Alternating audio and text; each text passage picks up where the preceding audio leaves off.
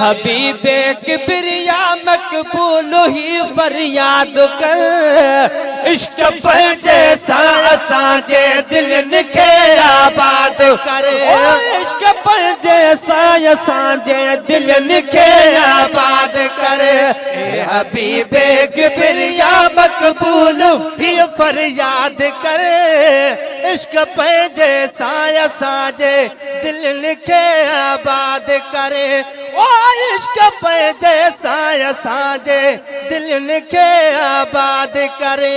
तू ये रहबर तू हादी रहमतल लिल आलमीन, साईं रहमतल लिल आलमीन।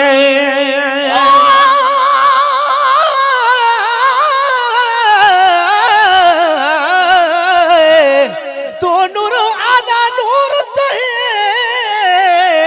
मेरी दिलड़ी को पर नूर चक्कर, प्यारों दा प्यारन दा मेरा अखरड़ा मंजूर चक्कर।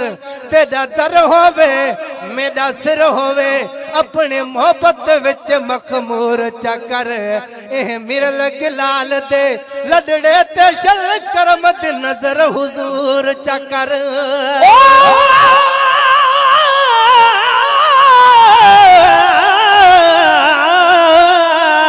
पर पस्यो ऐब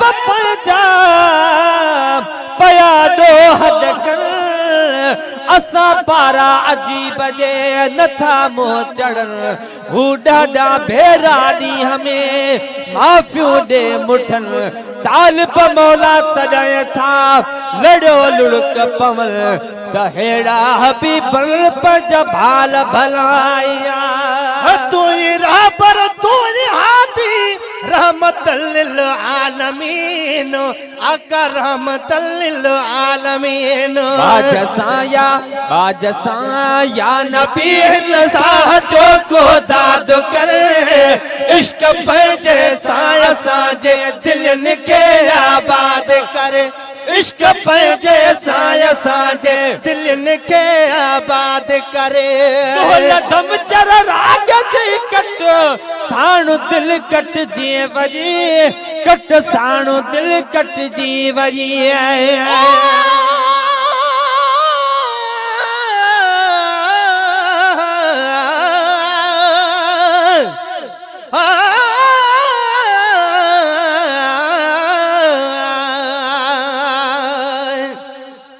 जाको साहित दामन पकड़ी मेरे सारे दुखड़े टल गए। दिल दी पाक हवेली विच पुर नूर दी दीवे बल गए। तेरी मोहब्बत विच मखमूर होयुम, कुल खतरे खौफ भी भूल गए। इवें हर को मुबारक बाद आखे खटबाजी मिरल गिलाल गए।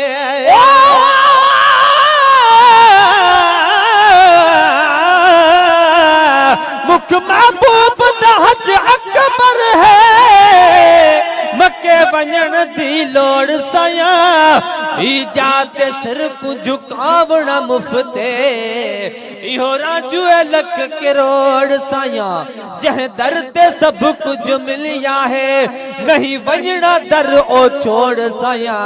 शल मिरल गिलाल रब ताकत देवे कर, प्यार प्रीत को तोड़ साया। धम चर राग जी कट साण दिल कट जी वरी, कट साण दिल कट जी वरी। धम चर राग जी कट साण दिल कट जी वरी, कट साण दिल कट जी वरी। फज़ल पंहिंजे सां करीम दिल दुखीअ खे शाद करे। इश्क पंहिंजे सां साजे दिल निखे आबाद करे। ओ इश्क पंहिंजे सां साजे दिल निखे आबाद करे। तुझे अगियां देर ना है ए शहनशाह उम्म, ए शहनशाह उम्म।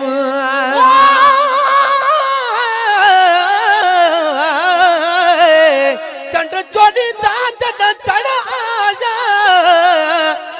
महबूब में कूगल लावे प्या कुर्बान बना तेरे यार तू अल्फाज कमर फरमावे प्या जदा कन ते यो पड़लाव पया तदा मिरल रमज रलावे प्या देख यार दी सूरत वल चन दे डिठुम रब जाने त चन शर्मावे प्या